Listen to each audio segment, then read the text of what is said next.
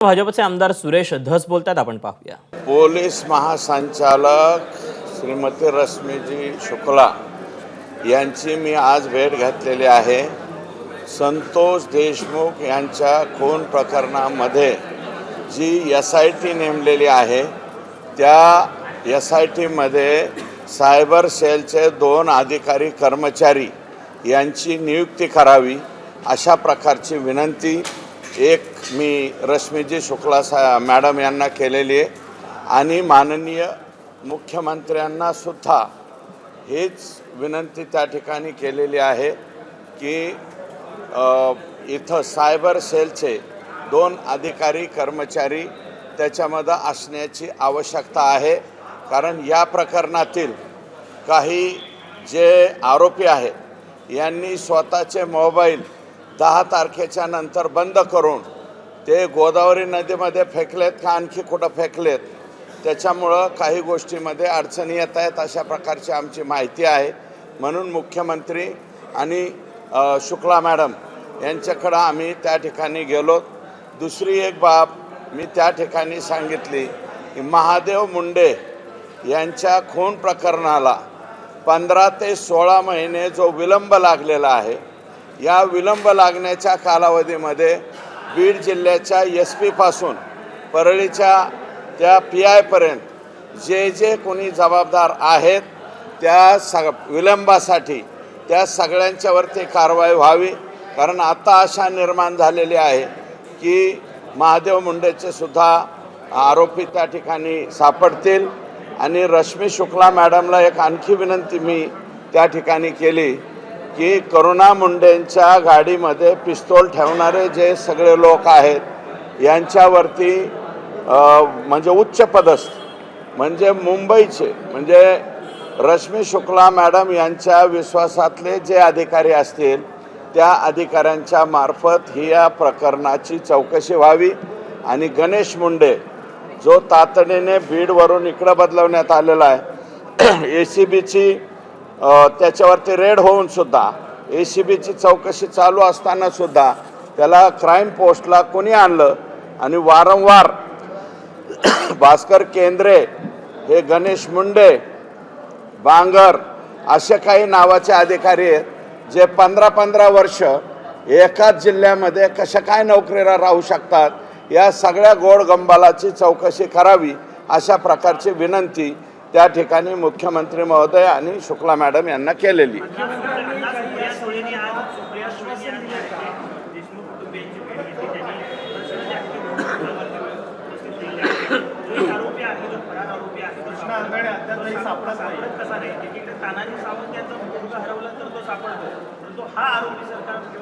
हे पहा, कृष्णा आंधळेच्या बाबतीमध्ये मी पहिल्यापासून या ठिकाणी सांगतोय की तो संभाजीनगरला पोलिसाची तयारी करायला होता आणि त्याच्यानंतर त्यांनी गुन्हेगारीकडे वळला।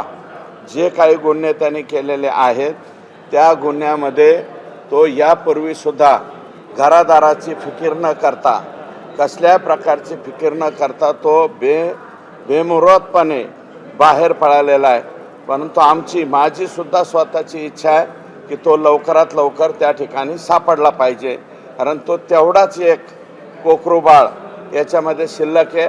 आत्तापर्यंत 9 आरोपी हे 302 मध्ये त्या ठिकाणी गेलेले आहेत।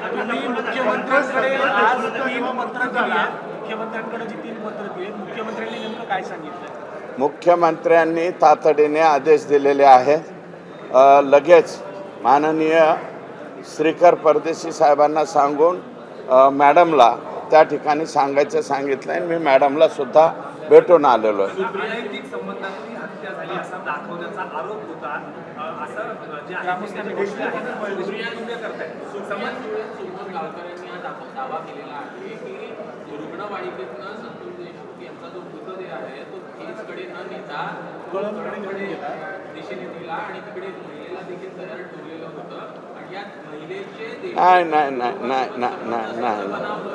एक मिनिट ऐका।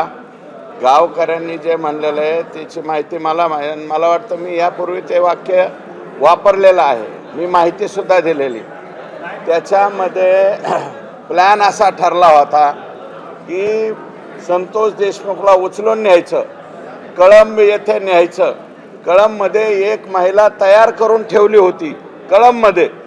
कळंबमध्ये महिला तयार करून ठेवली होती. तिच्याबरोबर काहीतरी झटापट केल्याचं दाखवायचं आणि आम्ही याला मारलं याचं समर्थन करायचं, अशा प्रकारचा प्लॅन होता.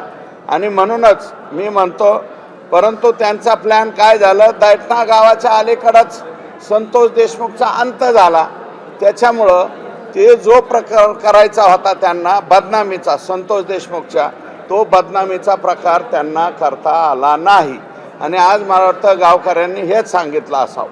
अजून एक कृषीच्या संदर्भात देखील एक बाजू ही प्रकरण सगळं आहे, दुसऱ्या बाजूला कृषी संदर्भात जो अहवाल आला त्याच्यामध्ये देखील जी वाढीव दरानं खरेदी झाली त्याच्यावर देखील धक्का म्हणजे त्या सगळ्या अभ्यासक आहेत त्यांनी ठेवलाय, म्हणजे त्याच्यात देखील ते कुठं ना कुठं दोषी सापडतात अशीच काही गोष्ट तुम्ही पाहिली. हे बघा, मी मागील आठवड्यात एक पत्र कृषी आयुक्ताला दिलेलं होतं.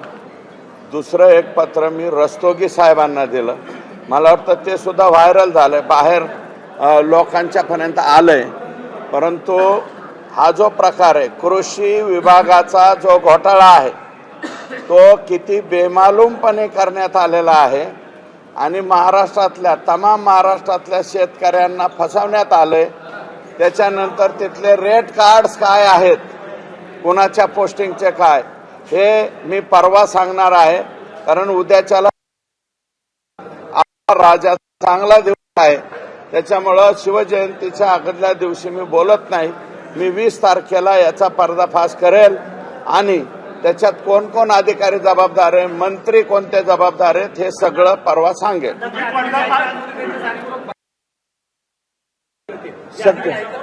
हे अधिकारी ऐकत नाहीत, असे 4 अधिकारी बदललेले, त्यांचे नावं सुद्धा मी परवा सांगेन.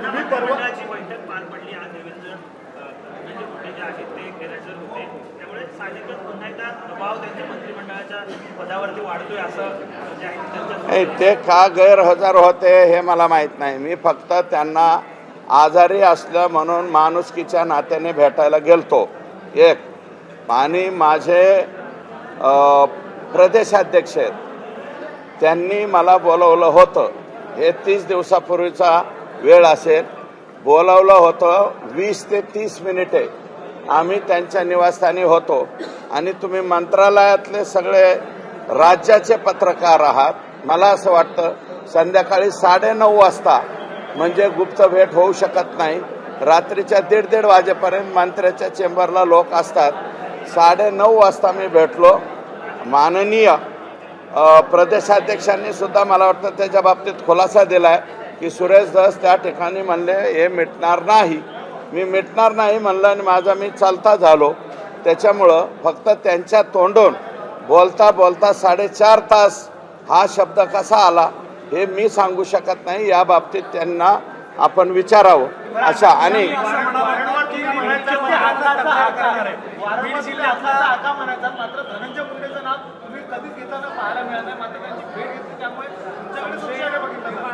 हे बघा, माझ्याकडं संशयानं बघण्यासारखं काहीच नाही याच्यामध्ये. पहिल्यांदा प्रदेशाध्यक्षांनी मला बोलवलं म्हणून मी गेलो आणि भेटून त्या ठिकाणी 30 मिनिटाच्या आत बाहेर पडलो. दुसरी गोष्ट अशी आहे की दुसऱ्यांदा एक भरणे मामा आणि माझे निकटवर्ती ते म्हणाले रात्रीच्याला त्यांना आचक्या उचक्या लागल्या होत्या म्हणून रात्री दवाखान्यात नेलं होतं. तुम्ही भेटून यायला पाहिजे. राजकारणामध्ये जरी तुमची कटुता असली तरी एवढ्या बाबतीत जायला पाहिजे. म्हणून मी ते गेलतो. ते बी शासकीय निवासस्थानी गेलतो आणि मी केलं असतं किंवा नाही म्हणलं असतं. आणि एक आहे की 4.5 तास हा शब्द वापरल्यामुळं त्याच्यामध्ये मोठ्या प्रमाणात संभ्रम निर्माण झाला, हे मात्र खरं. तर 4.5 तास का म्हणले ते माझे वरिष्ठ आहेत. तुम्ही हे बावनकुळे साहेबांनाच विचारा अशी माझी विनंती. मला बदनाम करतो यामुळे आणि मुख्यमंत्र्यांकडे आपण त्या बीडच्या नेत्याची तक्रार करणार. बीडच्या एका मोठ्या नेत्याचं आणि कोणाकोणाचं षडयंत्र आहे हे याचं टायमिंग जुळून आणणं. कारण बावनकुळे साहेबांच्याकडे आमची बैठक झालेली 30 दिवस होऊन गेले ना. आणि हे काल परवा दवाखान्यासाठी भेटलो, हे दिवस कोणता आत्ताच आहे. दोन्हीची सांगड घालणं बरोबर मला कळतं, तुम्हाला पण कळतं. कोणता मीडियाचा हे जे आहे विचारणारा काय म्हणतात ते अँकर, एकच अँकर त्यांच्याकडे जातो, तोच अँकर माझ्याकडे येतो का? कोणते अँकर लगेच परळीला आणि मस्साजोगला पाठवलं जातात. एवढं न कळण्या इतके एवढे दूधखोळे आम्ही नाही. परंतु त्या बीड जिल्ह्यातल्या मोठ्या नेत्याची तक्रार ही 100% मी मुख्यमंत्र्यांकडे करणार.